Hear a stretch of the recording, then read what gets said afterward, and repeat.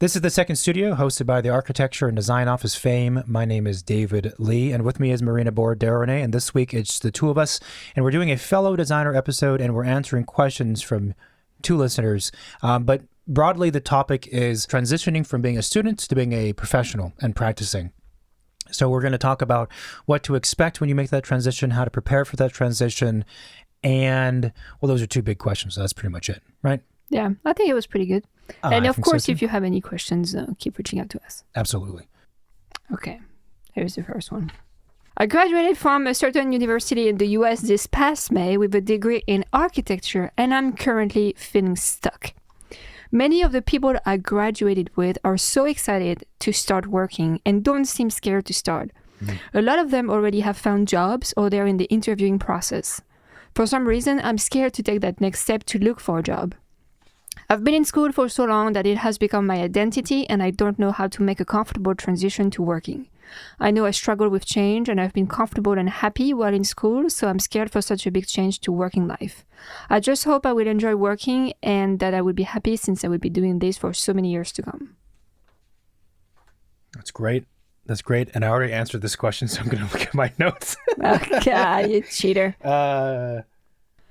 Hit me with your answer. I think it's a healthy feeling. And honestly, I think probably the classmates that don't seem scared, they are scared. They're just probably not showing it or not talking about it. But it is scary. But it's also super exciting. And I think maybe, students who just graduate should focus on that. It's a really big milestone in someone's life to finish school and go off to do what they've been trained to do. Well, they should focus on what? Focus on the transition? On being excited about it rather than being scared, right? Like you should mentally celebrate that milestone and think that you've made it to that point. Now it's time to get to the next point. And you're not the first person going through it. You're not the last one going through it. It's normal to be scared, but just go for it. Don't let that stop you from moving forward. I think that person said that they've been in school for a long time and they kind of feel like this is their identity. And I can understand that. And there is something very comfortable about being in a place for a long time, being familiar with everything and just kind of feeling comfortable, right? And it goes back to, I think, things that we say pretty often in the show, like being comfortable, being uncomfortable, right? Yeah. And school is eventually becoming a very comfortable environment after you get familiar with it. Yeah. And stepping into the profession, and probably any profession, honestly, you have to be comfortable not being comfortable. So this is basically the first step of going through that feeling and that kind of attitude is transitioning from school to the work environment. Yeah. I think also you shouldn't put too much pressure on that first job because you're fresh out of school, Are you reading my answers? No. Well, okay, we're on the same page then. And I think that's also, that could participate in the feeling of being scared is the feeling of failing, getting to that next step, right? Being rejected at job interviews, not finding a place that you like, having to apply to a bunch of places. Like, it's kind of a daunting process and a little bit overwhelming and disarming, and you don't really know what you're doing because it's the first time you're doing it. But so I think just apply, get a first job, work there for 3 months, and then go somewhere else. Like, take it baby step by baby step. It's not like you have to commit to this next first step for the rest of your life. Like, that's where your career is going to be, hopefully, if it works out. But also, you can change career. Like, there's no like, forever and ever type of thing for anybody. So I would say just acknowledge that you're scared. And then just move on, because it's not going to help you. Okay. No, it's true. It's not going to help you. It's going to make you doubt of yourself. It's going to make you not reach out to offices to apply for a job. It's going to make you want to live at mom and dad and not actually find your own place, move to a new city and start your life. Yeah. So, and if you have friends, I don't know, just ask them, how do they do it? How comfortable are they with doing what they're doing? Do they have a plan? Do they have tips? You're not alone. If you're scared and alone, that's not good. So don't be scared, don't be alone. Okay. So just stop being scared. I do think that this person's sensation of that they've become comfortable in school and they've been I like the way they phrase it, that they've been a student for so long that feels like it's their identity and they don't know anything else outside of that. It is an interesting point because it's an interesting way to say that, because I think a lot of folks these days have that same feeling, whether or not they're as conscious about it. Because, for architecture, it's a 5-year program typically, or people do a 4+2. So you're talking about 5 to 6 years, not including any other graduate level or whatever other studies you want to do. And we were meeting with a friend the other day, not in architecture, but they've been in school for like 10 years. And I think a lot of more and more people for sure are in higher education for just a longer period of time. And it might be because you're scared. Yeah, that's part of it. And I can certainly sympathize with what this listener is saying, because I certainly had the same feeling. I think that's also why some architecture students graduate, they practice for just a few years, and then they go back to teaching. Or then they start teaching, rather. And once they start, they never stop because they can't escape the academic setting, which is not necessarily a bad thing. I mean, the academic setting has its positives, but I think there is some of that too. Like people not, because it's a real bummer to go through a grueling 5 to 6 years to finally, probably around year 4.5, start to figure your shit out, start to figure out how to do projects. And just when you're getting your feet under you, in my case at least, then you're tasked in the last year with doing a thesis, which is a new thing. And by the end of it, you maybe sort of figure out what this whole thesis process was about. And then suddenly, boom, you graduate. Now you have to start all over with a brand new system, a whole new, more gigantic world you have to contend with. And there's very easily a sensation of like, really? I just went through all of this. I busted my ass for 6 years, and now I got to start over again. And now everyone's telling me that what it means to practice architecture is very different from doing it in school. So what the fuck? So I get it. Oh wow, what a reassuring response. Yeah, no, and no, it's interesting the what this person's saying. Like my identity has become being in school. And they don't really know like how to move on from there. And it's actually interesting because I feel like maybe a lot of students sometimes are a bit too confident in who they are stepping into the real world, to the point where they could seem a little bit arrogant, honestly. True. So I think it's first super important that you acknowledge that this is what your identity is right now. Like you're actually aware of it. But it should be, again, super exciting to think about the fact that, okay, well, now you have to define what your next identity is going to be. Like you're not just thinking that you know it all. Like you're going to define yourself. You're going to find yourself in a new, in a new world, in new situations. And that's extremely exciting. Yeah, some of the most successful people when they're students or when they're young professionals are the ones who enter school or enter the profession without a whole lot of preconceptions or a whole lot of ego, like you said, or anything where in their head they think, I've figured it out, I know what I want, I know that it should be this way, it should not be that way. And in other words, that they are not closed off to things. I think it's a great perspective to have, whilst also somehow managing to be very dedicated and even aggressive in the job application process, and hunting for offices that you want to work at and doing good work, which takes a lot of effort. To be honest, I always felt from the age of 5 years old all the way to maybe 25 or so, that when I was around peers who were my age, and they were ultra confident in who they were or some other thing, I always found that I was always skeptical. Because in my view, it's like, how can you have so much confidence about this thing when you're that young? And, I'm only a second year in architecture school. You're only a second year in architecture school. So how is it that you feel like you figured it all out? I don't think that's the case. I mean, one should have confidence in their beliefs, yes, but again, it's that balancing or managing to be both, of being confident and completely open.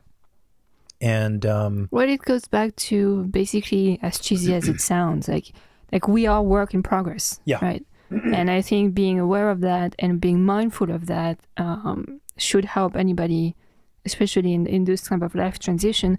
The other thing too is I think I'm trying to like think back, you know, when I graduated from school and I was about to enter like the practice and like be an adult, basically. If I had any of this like I'm scared type of feeling, and I don't think I did, or maybe I forgot that I was, which tells you that eventually you forget, right?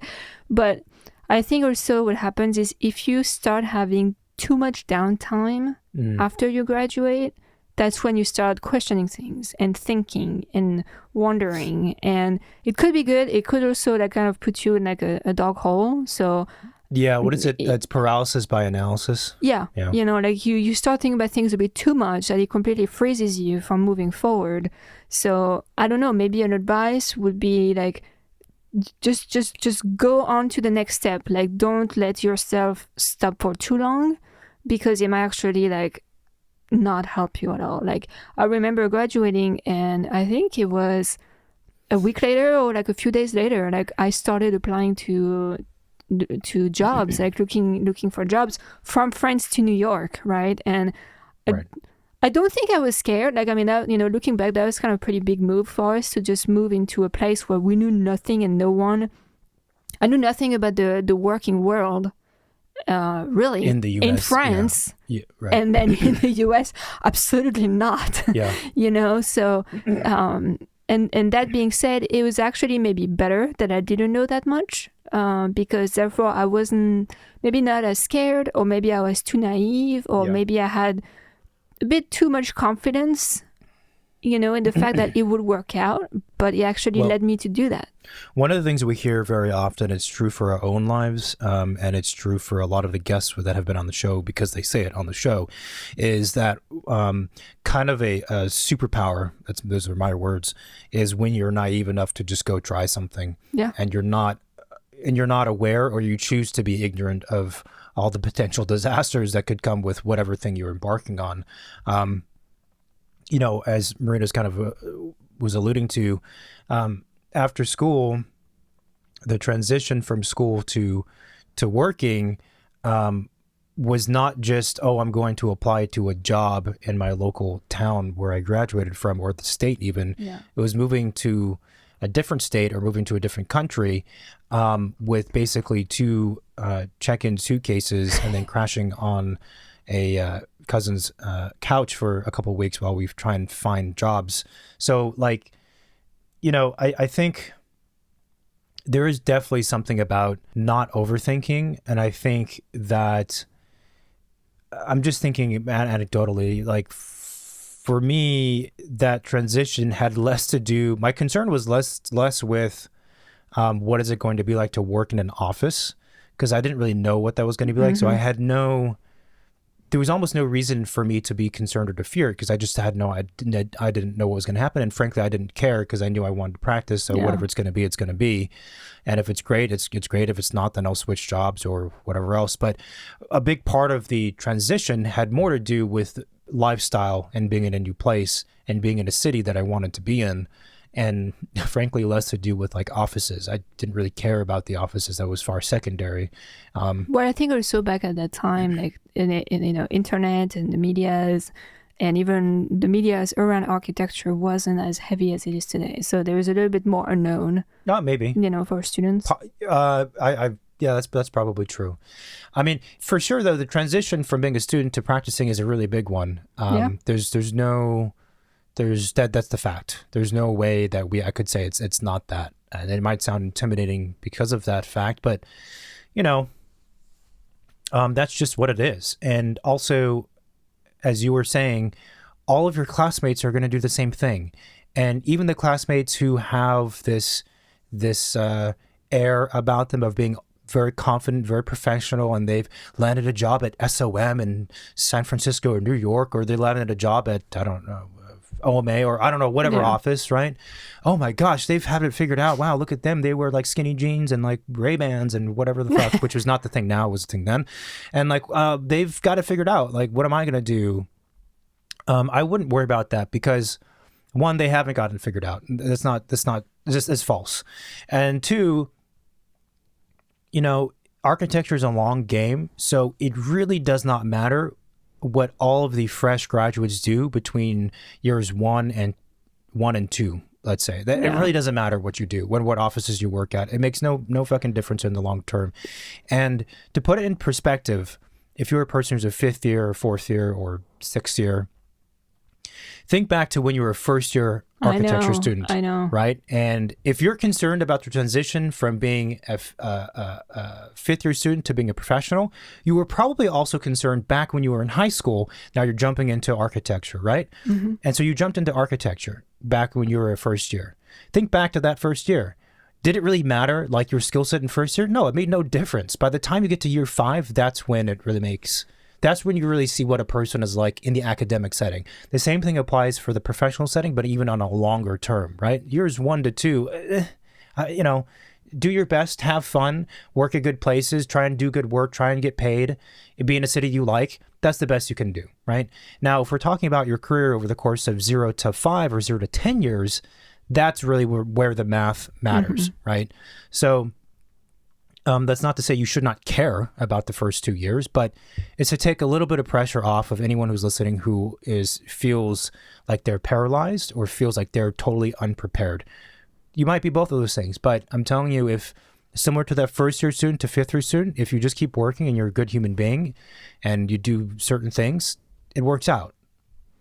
Yeah, and I think also, it's, once you graduate from college, it's not so much about your classmates anymore. No, there is no teacher who's going to tell you, well, this person got more interviews than this person, so Bobby is doing better than everyone else in the class. No one cares anymore. You're on your own, right? And the choices you make is for yourself. It's for your life. The only person who cares is you.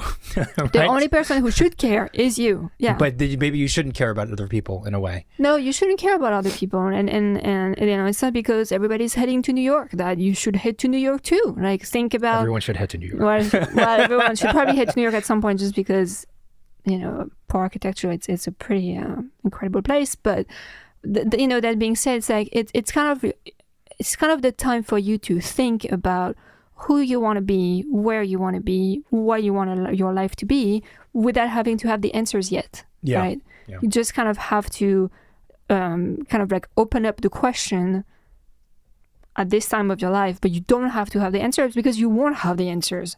And if you do, it might be the wrong answer at this time, I'll also describe what happened with ourselves and my group of friends when we graduated versus where we all are now, which is many years after we've graduated, to kind of talk about how the paths work for different people. So when I graduated, a group of us from my same school, my same class, all end up moving to New York City. I don't know if that was at part different of... times, though. Yeah. Well, we were slightly stacked. Some of us moved within like a few weeks. Some of us moved within a few years, but we all kind of migrated roughly at the same time, ish. And that was the first big place after school we all ended up. And everyone started off by practicing in architecture, right? We all worked at different offices. Some people worked at really big name offices. Others worked at fucking micro offices. Others worked at experimental ones. The range of offices, pretty much everyone, we hit one of those marks between the group, right? And in school, like you were saying, comparing yourself to others and what jobs they get and what interviews, in school, that's your value system is based on these, generally these fancy design offices that have big names, right? Which can be great places to work at. A lot of times they're not, frankly. But once you start practicing and you work for about 5 years, you realize like, that's not really all there is to it, right? There's other stuff that comes into play, such as what is it actually like to work there? Forget the designs they produce, the buildings they produce, and the name of the office. What is it actually like to work there, both in terms of culture, in terms of what am I learning? Am I just cutting blue foam for 2 years? What am I getting paid? I said culture, but what are my colleagues are like? Mm-hmm. Are they helping me get to my next step of passing my exam? Like all this other stuff becomes much more to the forefront of your thinking. And the funny thing is, I do remember having the sensation of, well, that other person in school, like they weren't great in my view, and they worked at this big name office, and they're working at this big name office. Like I'm jealous because they're working on these giant projects. But then you look at the other 5 categories I mentioned, it's like, okay, well, they're being underpaid, they're doing nothing but blue foam models, and yada, yada, yada, yada. I'm like, okay, well, I don't really know who's the winner here because they have the name on the resume, but they're not gaining anything else, right? And other times I've worked at offices which on the outside might have appeared more desirable, yet this other person I knew worked at a no-name office, stayed there for whatever period of time, is now making way more money than I am, and they have more responsibility, and they get to have authorship over their work. Okay, who's the winner, right? So it's not to say that any of those paths you should choose over the other. It's just to say that maybe the framework of your thinking that you have as a fifth-year student is not going to be what's going to matter to you as a full-fledged practicing professional adult, after year 4 or 3-ish, around there, right? Things get very different.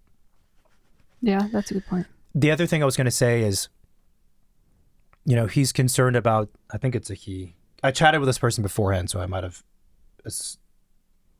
they are concerned with this transition.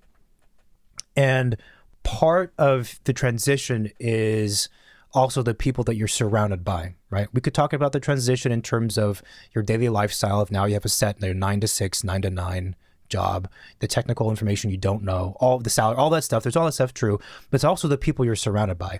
And school culture is very strong because you're in a studio setting with your friends and you're hanging out probably late at night, eating pizza, drinking beer maybe in the studio and drawing stuff. And that's like the culture.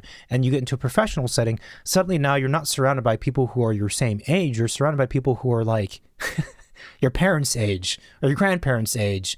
And you have a project manager you're working with or a partner. And it's just very different. And everyone dressed potentially maybe a little bit more formally. And it's a different environment, right?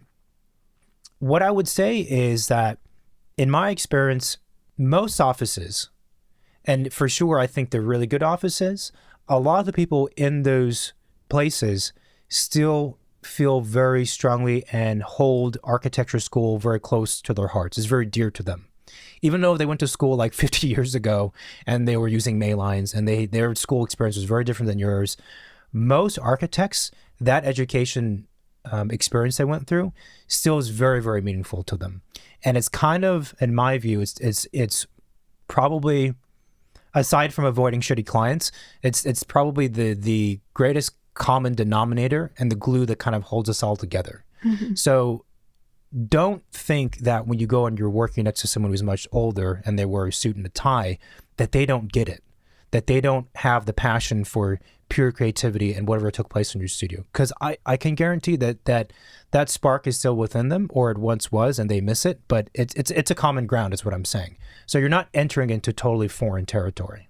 Yeah, I think, that's a good point. And I mean, even the places that you decide to reach out, maybe if you feel like it's a little bit intimidating for you, don't reach out to offices that have 400 people. Maybe reach out to a smaller scale office. True. Maybe reach out to offices that you feel like their work is meaningful to you, or there is some sort of common interest to make you feel a bit more comfortable, reaching out and having conversations with them.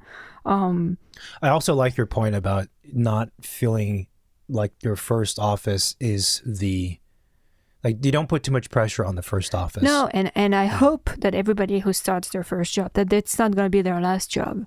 Because to me, that would be extremely sad as like a creative career to only have known like one way to do things. And I'm saying that again because I'm thinking of like my educational experience, right? Being taught in one country and seeing like how other places are doing it. For me, workplaces is the same thing. You can't just like go work for one office. You should kind of see what else is out there. So your first office is just your first office. Yeah. Don't get too emotionally attached to it. Don't put too much pressure on it. Yeah. You just need that one. That's the first one. Again, an easy comparison is look back to when you were a first year and imagine if you were a first year architecture student and you were choosing one of the 20 teachers that are at the school, and you chose one, and that was going to be your one teacher for 5 years. That's crazy. You wouldn't do that. You would not want to do that, right? So I think it's the same thing for sure. We got another question from another listener. It says, "Hi, I really enjoy listening to your podcast." Oh, thank you. I'm an architecture student at So University. I'm going into my 4th year and would really enjoy a podcast on transitioning into a professional environment and what to expect. I've struggled with feeling like I'm lacking technical knowledge and having to teach myself things on my own. How should I best prepare for what would be expected of me in an office while in the world of academia? It's almost as if professors don't want to talk about the professional world of design. Well, there's a few reasons. I'm going to be a dick. There's a few reasons why teachers don't talk about the professional world of design, because they don't know it. If you're a full-time faculty member, which there needs to be people like that, it's a good chance that they don't actually understand what it's like at the infantry level to be in an office, and they might not even understand what it's like to be in an office from a partner or project manager level, and that's part of that tension that exists between school and practice that will probably always exist. So that's my contribution to the question. That's one answer. But as far as what to expect, I will say generally, so all this has a big generally asterisk next to all this conversation, that you can expect the environment to be far less loose and creative, right? I wish that wasn't the case generally, but that is the case. And it's because what a practicing architecture office has to deal with, like the work they have to do, is very different from the work you do in school. So if we look at the phases of a building that an architect an office is doing, you go from concept design, schematic design, design development, construction documentation, permitting somewhere within there. Then you have selecting a contractor. Then you have construction, and you're working with the contractor throughout construction, and then the closeout. Look at all those phases, right? School, when you're in school and you're doing a project, how much of that do you do in school? You do concept design in school. Yeah, you might start dabbing into DD. Maybe a little bit of schematic design, and maybe a little bit of DD because you're tasked with doing one wall section or something with things that you probably don't even understand what you're drawing anyway at that level. So it's to say that, there's another 80% of the job that doesn't happen in school, right? And that 80% of the job tends to be more of it is the more technical stuff. It's the construction detailing, that level of technicality. It's the technical work in terms of coordinating with people, other professionals, being very thorough and organized in how you communicate. It's the technical aspects also in terms of building codes and zoning codes. So those three things, and there's probably a few more that I'm missing, occupy a huge portion of an architecture office's life. And therefore, when you enter that space, it's going to feel different because that's just a lot of the heavy lifting. It's interesting. There is a lot of things you could do to try and gain some knowledge before you start. But honestly, I feel like just, from books and looking at construction details and learning BIM and, all of that stuff, you could, but I don't know, if it's actually going to really bring you 15 steps ahead of the curve when it's going to be your first day at the office. I don't know if it's worth it.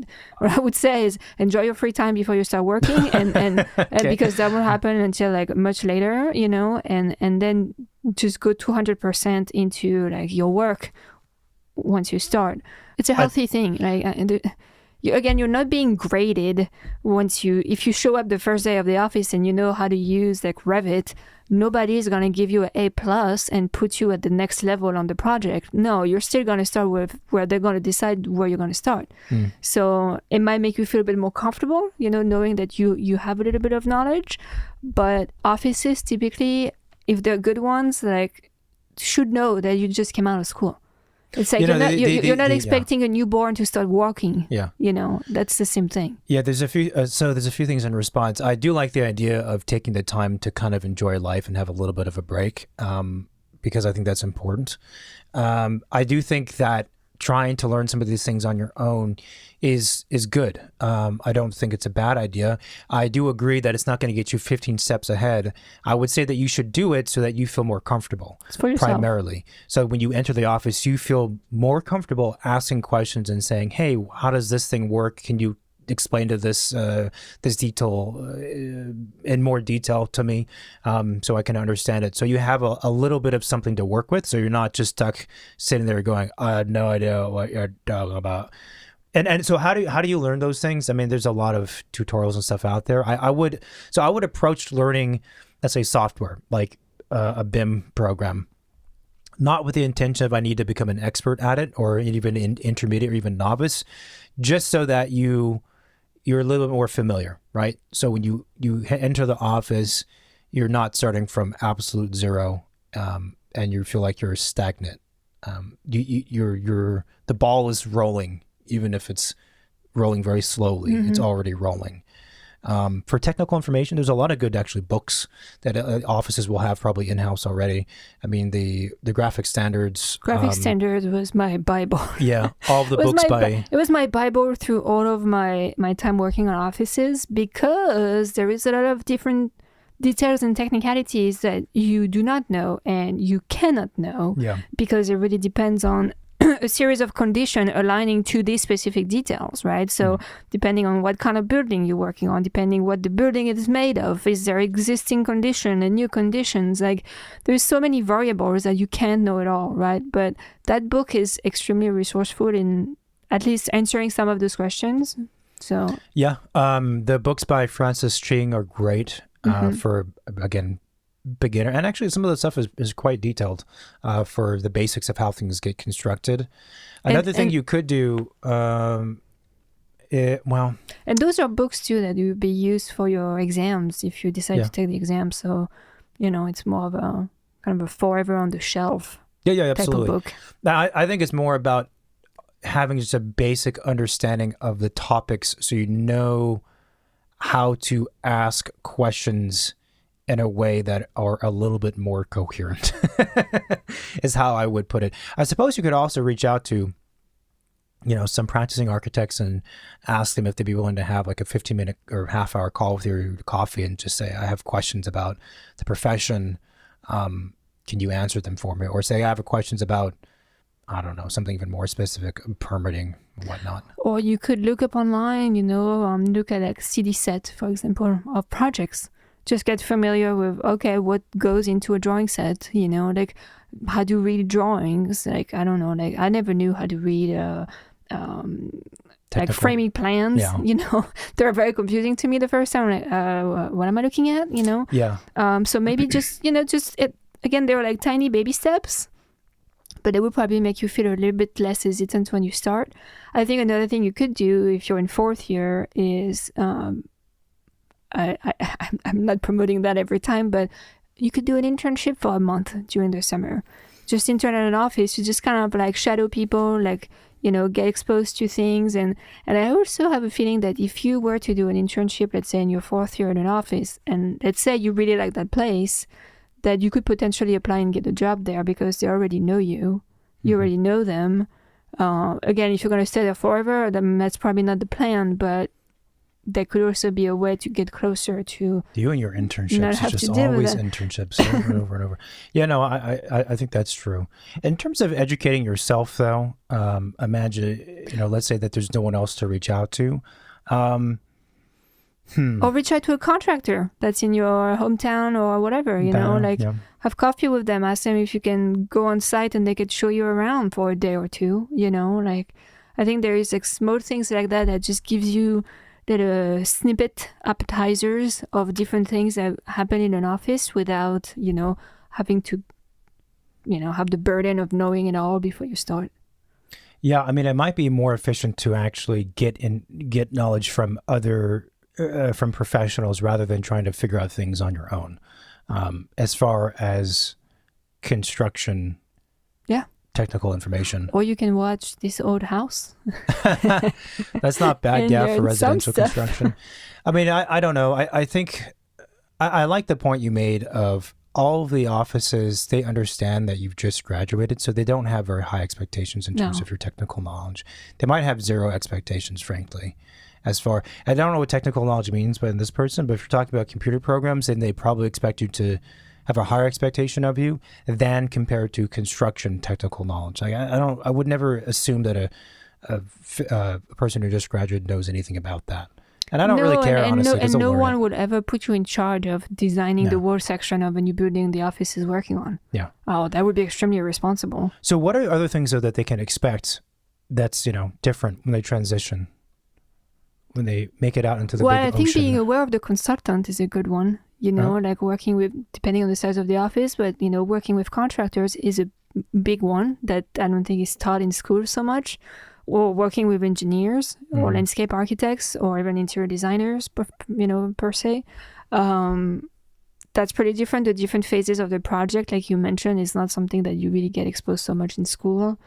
The exposure to clients, that's a little bit more difficult to get a glimpse at, unless maybe you do an internship and you sit into some of those client meetings to kind of see what's up. Yeah, I think I think one of the biggest differences in a medium-sized office, I don't know, 25 people, maybe more, or even smaller than that, there's a lot of hierarchy, or more hierarchy than you're used to as a student. As a student, there's no hierarchy. It's just you and a teacher. That's it.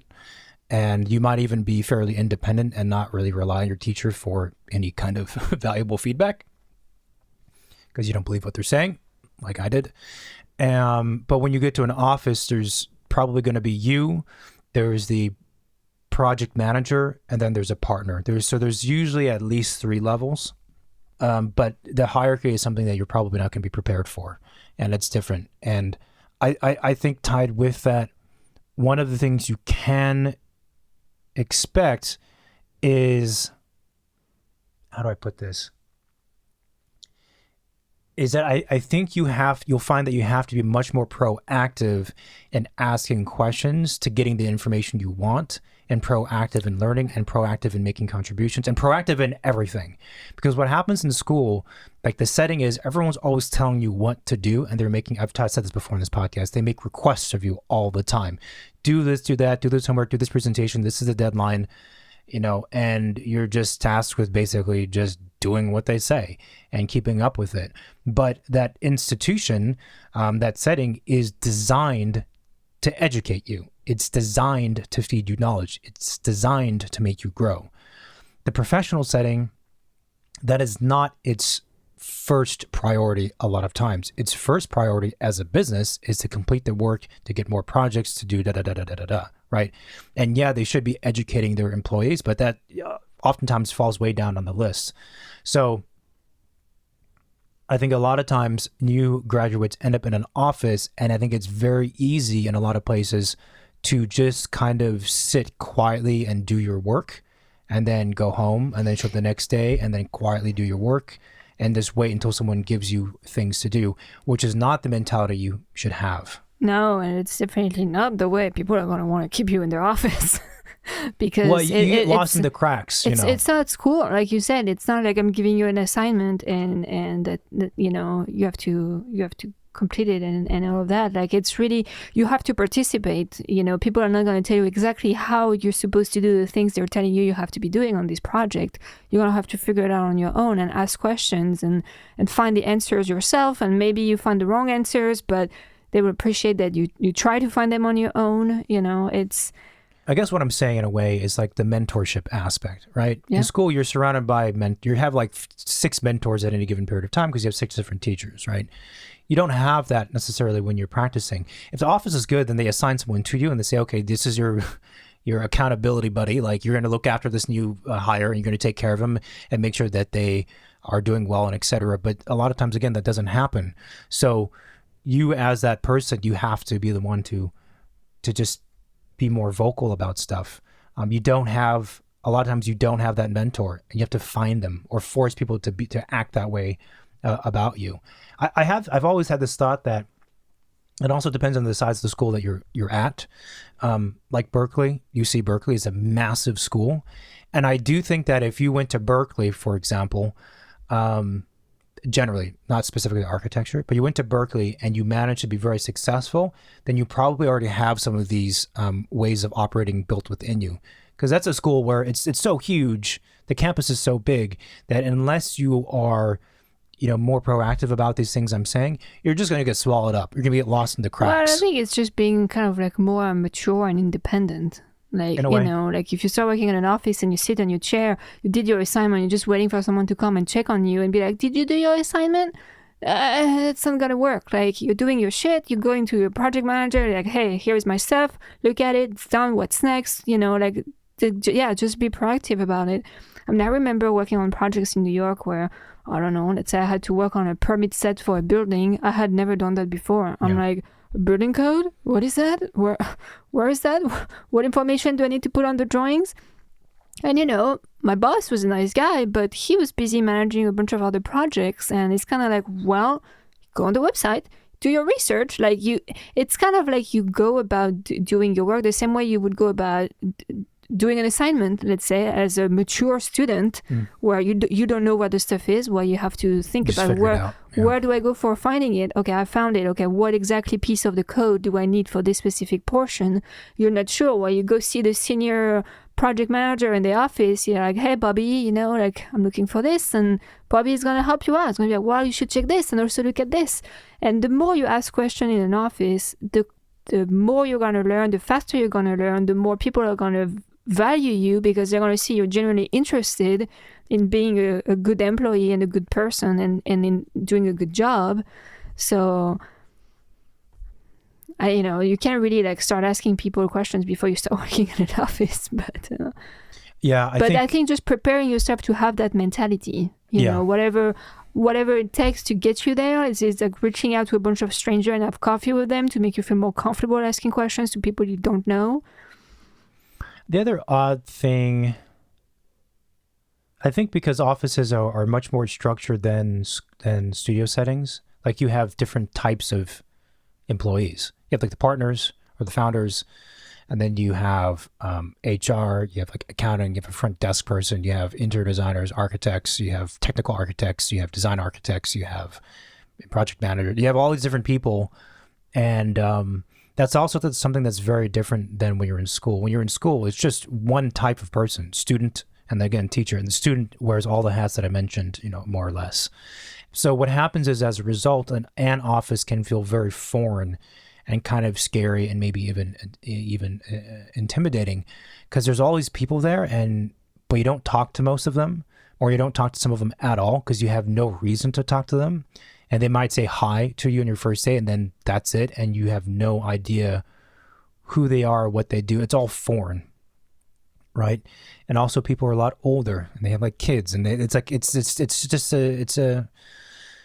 different crowd to be around. And so I think that it's intimidating, especially when you're the youngest one joining the club.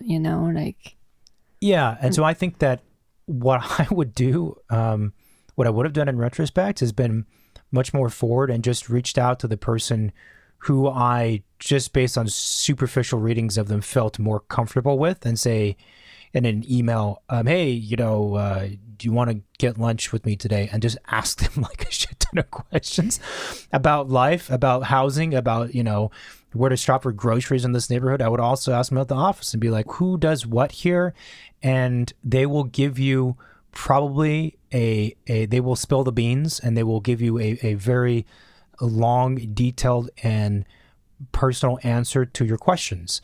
And then I would do it again with a different person, and you're probably going to hear a different story. Oh, Rick is not an asshole. He's actually a really nice guy. And look, why is that? But I think all that stuff, even the gossipy stuff, makes a really big difference in terms of feeling comfortable. That's why when you work at an office, it takes like a year before you start to feel like in the groove, and you start to understand it, right? In school, you feel like you're in the groove by the time you get to 4th or 5th year, or even 3rd year perhaps, even when you have a different set of students around you, because you know the system and you've seen them around the campus anyway. You get it, right? It's not that different from studio to studio. You understand what's going to take place. In an office, though, the first office in particular, different ballgame. So I don't know. Looking back for me, I would have just, gone out to lunch with people, and they'll pay for your lunch. You don't have to pay for the lunch, and you get a free lunch too, and just ask a bunch of questions. No, but I'm serious that people would do that. And also, here's the thing too, is that, and anyone who's working, this, what do you do when the workday ends and you get drinks with your colleagues? You talk shit about other people. You talk shit about your boss, and you talk about the pros and cons of X, Y, and Z and other offices. And I think as a new employee or a fresh graduate, you want to get into that information, because it's helpful, first of all, in terms of making decision making, and it'll make your life, you'll be much more comfortable. And you might hear some juicy stories. Yeah, exactly.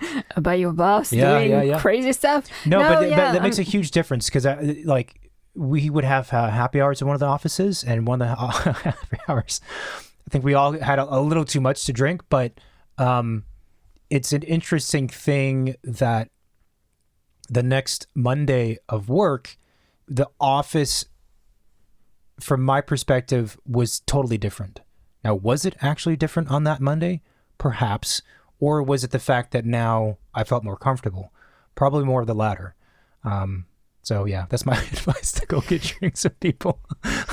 No, but like, I mean, if the office is a good one, there will be someone who on your first day would be like, hey, do you want to go for lunch? I can show you around. Mm-hmm. And, I'm looking back, I had a few offices where that happens, and it really helps you just feel more comfortable. It feels like you're being accepted. Because, the person who hires you is not, it wasn't a decision of everyone in the office. It was a decision of maybe a handful of them. So you don't really know how the other people are going to welcome you or not welcome you. Yeah. And depending on your age and your level of experience and your position, you might be thinking, maybe they see me as a threat to them, So there is a little bit of like, I think on both sides, apprehension of the new person or being the new person. But I think going to get lunch with people in the office is a great way to just feel more familiar with it, and happy hours too. I like your point about you might have actually more freedom than you think, because in problem solving things. Previous point that you made about, like you said, like permitting or something, that you were just tasked with, like you figure it out kind of deal. Yeah, and I think my boss was also testing me, like, okay, I'm just gonna give her a question and see if she can figure it out. And that leads to the other part of the listener's question, which is, what would be expected of me in an office?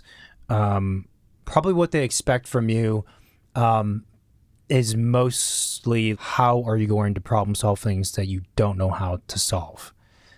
That's probably the biggest question for any architect. Are you going to be proactive? Are you going to lead the efforts or the research to the answer? Like, are you going to take the back seat and just wait for everyone else to figure it out for you?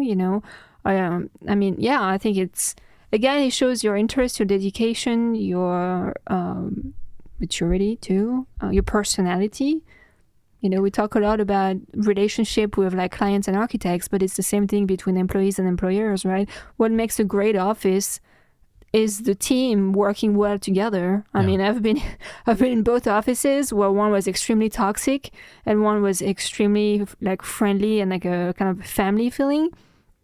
And it makes the world of a difference. And, sometimes you could kind of tell also in the work what comes out of that. So yeah, so I think there's a couple answers to what an office would expect of you. The first is all of the basic things that any employee should do or should be, which is to be on time, be organized, be friendly, be a team player, all that stuff. Yeah. Which is kind of, a cliche or whatever, but it's like incredibly important.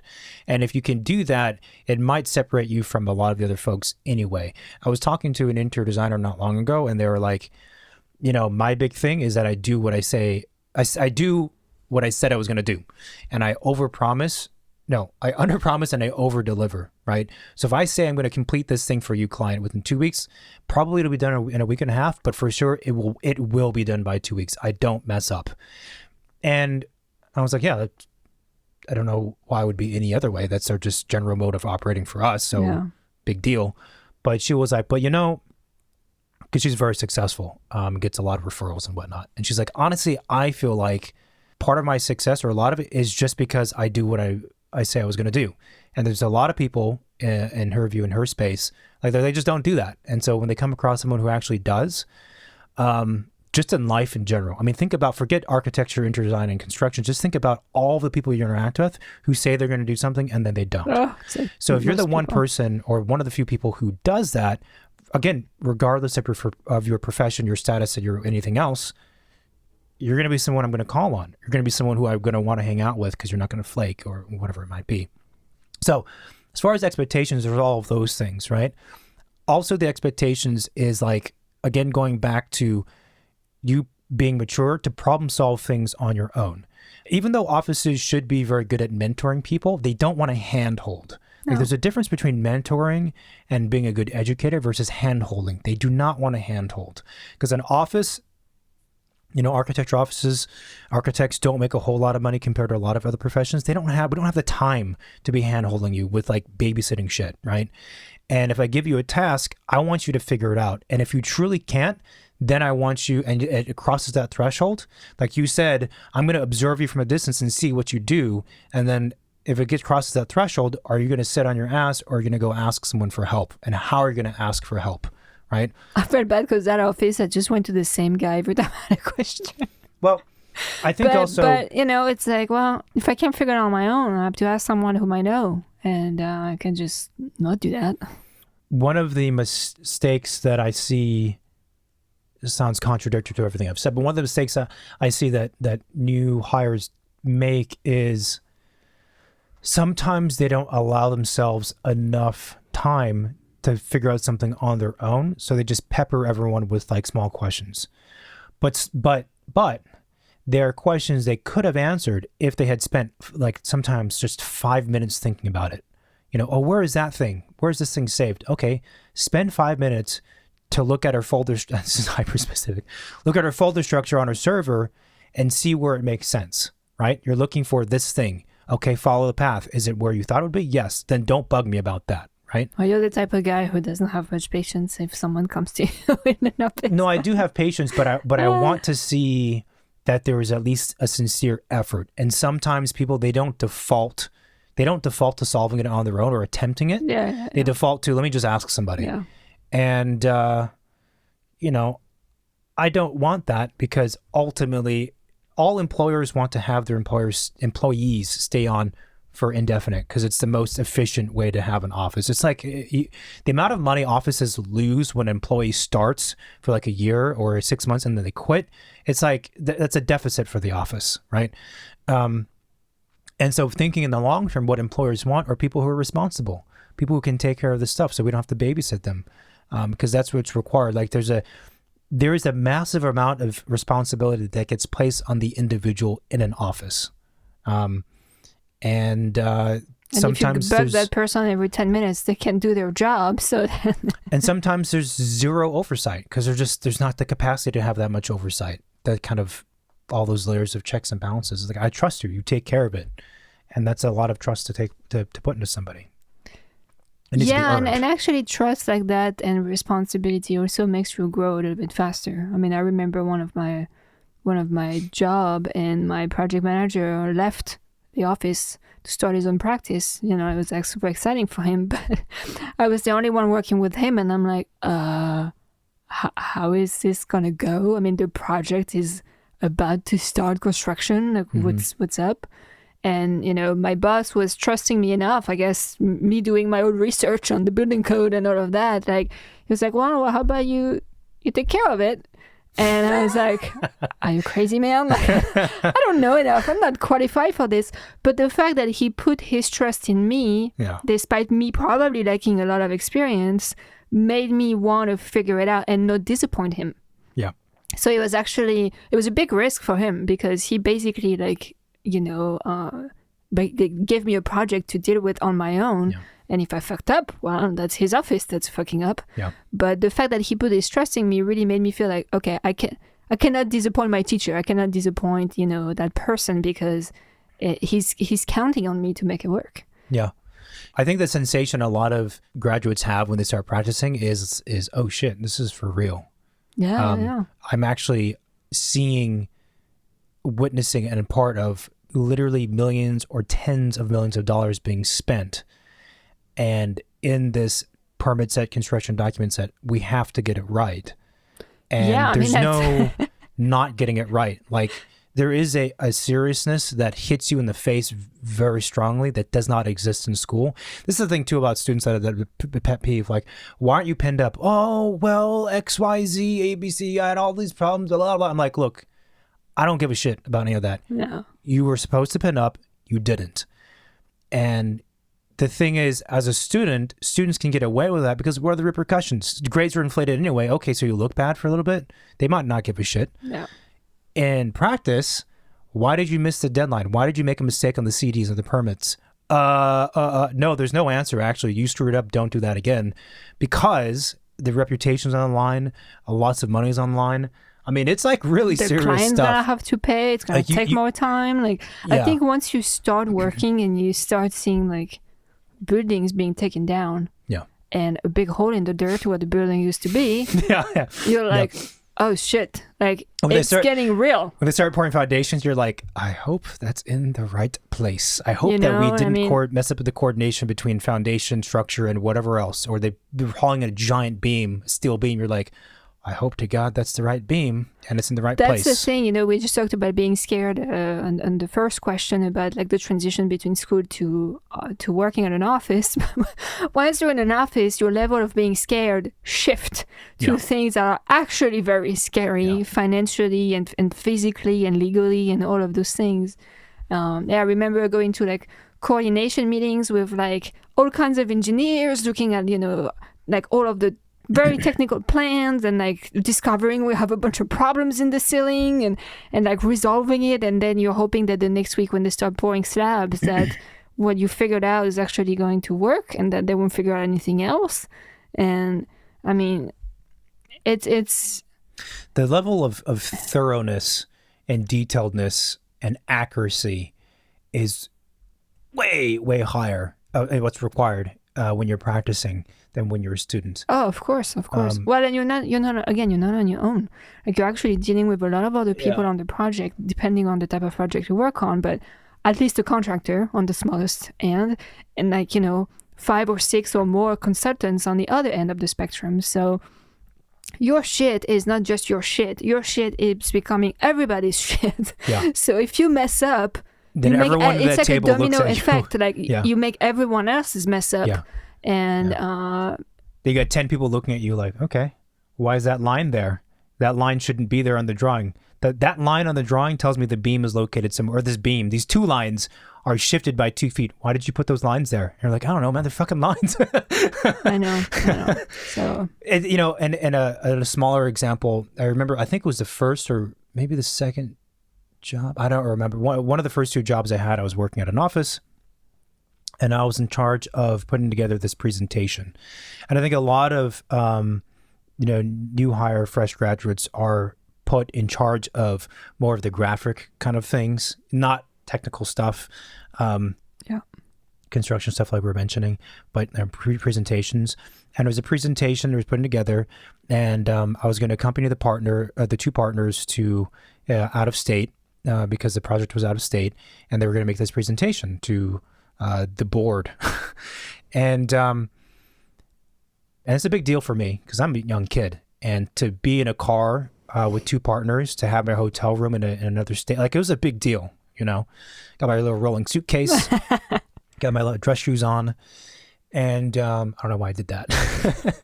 And we get to the one of the presentations room, and I think when you're a student, you think of a presentation, you think of, now it's on a big flat screen that's maybe 52 inches in a studio. It's on a projector in a room that's going to house 30 people or 12 people, or you pin it up on the wall. And we get there, and there's 2 presentations. And I think the first one was in, some kind of conference room setting. And so the presentation was being projected. It was like 25 feet by like 15 feet was like the size. And I was like, holy shit. And there's all these people sitting in the room, and there's a fucking typo. Oh, no. A fucking typo. The feeling in your heart when that happens. And the thing was, no one was in the room yet. So it was just me and the partner were loading it. Did you make the typo? Oh, I made the typo. Oh, no.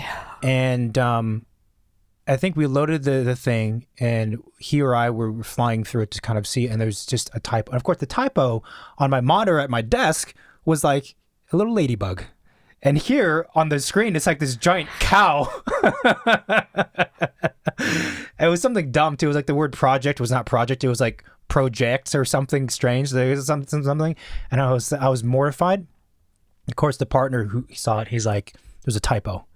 And I was like, oh my God. So I'm scrambling to try and fix it. He's like, no, it's there. It's done. Let's have a walk. Let's go look at the campus or whatever else. And I could have fixed it because there was time, but he's like, nope. the mistake's been made. We're not going to try and panic and fix it right now by you opening up the InDesign and whatever else. We're going to do what we're going to do, what we would plan, which is to, go get lunch and walk around the campus, and that's what it's going to be. And I always wondered, I think there were two things as to reasons why he said that. One, the tightrope probably was not as a big of a deal as it was to me. Still really bad look. And two, the lesson how I took it was like, how do I put this? Like in school, everyone's always panicking at the last minute to finish. And even when you finish, you can always kind of like fix things at the last second, right? There's always some student who's, and I didn't really ever do this, I don't think, but there's always some student who's printing at the last second or like, fixing stuff as they're drawing, like last minute fixes. And the lesson that I took away from it was like, no, we don't do that. That's not what happens in a professional setting. You do it right and on time, or you don't. If you don't, then you miss it and you don't do it again. But there's none of this, I'm going to freak out and be flustered around in front of people to try and solve this thing. And I did not make that mistake again, I can tell you for sure. Not to my knowledge, at least. And then the other meeting we had as part of the same trip was a smaller room, but it was with the board, and there was like 20 people. And I remember, again, I was like, oh my gosh, I hope that, because no one else was checking the work. It was my responsibility. I was like, oh man, I didn't think this was going to be the case. And you realize things become, because we're pitching, and it's like, well, if we don't look good because of some mistake I made, these people in the room, they don't know I made the presentation. The partner's not going to say, well, sorry for that. We have a new person. They started and they made the mistake. They matter. For sure are not going to say that. They would look terrible. It would look worse. So yeah. I mean, that is a big difference from school, is that it's not about you anymore. It's about the office. Yeah. Like you don't exist as a single entity within that environment. Like you are representing the office, and whatever work comes out of your head and your hands is the work of the office. So, and I think that all of that probably scares the two people who wrote in and the listeners more than anything else. They're like, okay, well now I'm really freaked out. But as you said, though, you're not alone. Even if you're giving a massive responsibility, you're still not alone. So, I mean, design presentations, the typo is not the worst thing, but when it comes to that last check, you can always ask somebody, like, and that's how it should be. You're not alone, and even if you make mistakes, well, just say you've made a mistake, acknowledge like you're the one who made the mistake, and then if you want to avoid making a mistake, well, ask someone in the office to check your shit. Ask if someone will volunteer to look at your drawing, make sure like you're not drawing things that don't make sense at all, and it's fine. Yeah, I think that makes sense. I can't think of anything else at the moment in response to the question of what to expect and, what's different from, the preparation. Again, I think we kind of covered it. I think that maybe this is not a helpful answer, but I honestly feel like there's not much you can do to prepare. There's not a way for you to like gain in the span of a few summers enough tangible, quantifiable knowledge to make you more prepared for an office. I think internships is maybe one thing, but like aside from that, on your own, I think it's just mentally gearing up for it and being prepared for some of the pressures that we mentioned. Yeah. One last thing I was thinking of, and I think we mentioned that in previous recordings, is you could reach out to alumni from your school who've been working for the last year or two. Yeah. They might have some good tips. Mm-hmm. Again, like it's always about like, okay, who do I know? Who do I know that I could ask questions? Who do I know that I could meet up with? Who do I know that might have some advice that they could give me? Mm-hmm. And who do I need to know to get those advice is also another way to reach out to strangers, right? Yeah. So, you start with your friends, with your family, with your teachers, and then like who else was in my school, and then who's in my town, who's in the town that I want to, or the city I want to be in, who's in the firm I want to be in. Like you have a whole network of people you could reach out to have coffee, ask questions, ask advice. Like what did they do? Just hear their story might help you feel more confident, or just kind of like put things in picture a little bit. I agree with that. And I think that having that long-term perspective that I mentioned earlier is key to relieving some of the stress, I think, the anxiety that comes with the transition, and also realizing, to what you're saying, in response to what you're saying, that, the people around you are your greatest asset if you know how to leverage them and talk with them. And it's something I would advise new graduates to do sooner than later is learn how to talk to people, learn how to. We had a lot of practice because of the show, and that's been very beneficial for me. But learn that sooner than later. I wish I had done that personally before the podcast. Yeah, I think the podcast really kind of highlighted that to us and to me, and I think that's something I should have done. I could have done, and I should have done, and that would have probably helped me a little bit faster. And I would have met more people. So. Yeah, don't underestimate the people around you. Yeah. I mean, and because you have to find out who they are anyway. And if you meet them and you have a drink with them and then you realize, well, this person's kind of a dud or I don't like them, then you stay away from them. But it's good to build your database. I don't mean a database in terms of people, but the database that they have feeds into yours, right? The knowledge that they have. It's good to build it up. Soon. Well, and we also briefly talked about mentorship. Within meeting or talking to these people, maybe you're gonna get or have a special connection with one of them.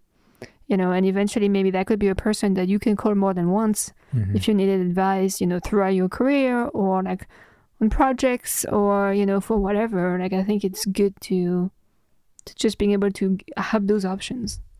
Yeah, absolutely. Okay, cool. I think this is good. Should we give an outro? Give us an outro. Thank you, everyone, for listening to this episode once again. If you like the show, please leave us a review on Apple Podcasts. You can also subscribe on Spotify and YouTube. We are on most social media, Facebook, Twitter, and Instagram, although Twitter not so much. Yeah, just Instagram. We have the website, secondstudiopod.com, where all the episodes are available, as well as some video clips, transcript, work images of our guests, and all kinds of other things. What else? We have the hotline, 213-222 6950. Yep. That you can send a text message or leave a voicemail like these two students did, basically. If you want to give them more tips, you can reach out to us so we can share the information with them. And that's it. We have a lot more coming up, so please stay tuned. Share with your colleagues, with your office, with your family. It always helps. Yeah. And please keep listening. Yeah. Questions, and if you have advice, I like that. If you're a person who's employer, like, advice, I have a different opinion of what you said, then tell us. That, or let's say you just went through that like 6 months ago or a year ago, and you maybe had other ways to go about it. I think it's great to share those tips. So feel free to reach out to us. Awesome. Thanks. Bye. Bye-bye.